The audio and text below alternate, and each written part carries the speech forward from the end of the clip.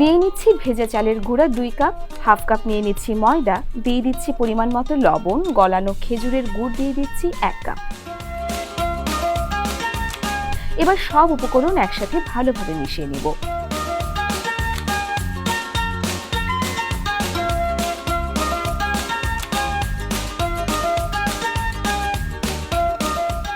এবারে অল্প অল্প কুসুম গরম পানি দিয়ে একটা ঘন গোলা তৈরি করে নিতে হবে।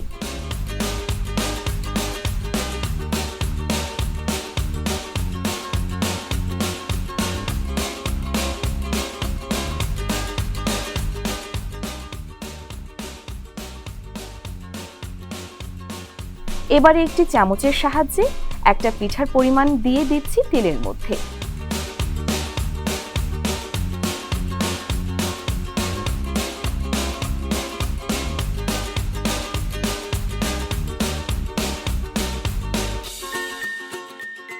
এবারে পিঠাটা দেখবেন আস্তে আস্তে ফুলে উপরে চলে আসবে।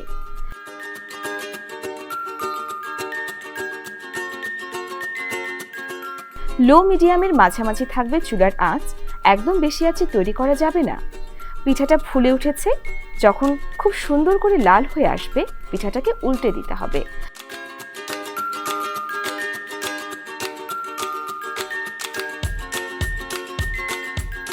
একদম গাঢ় বাদামি কালার হয়ে আসলে নামিয়ে নিতে হবে তেলের পিঠা।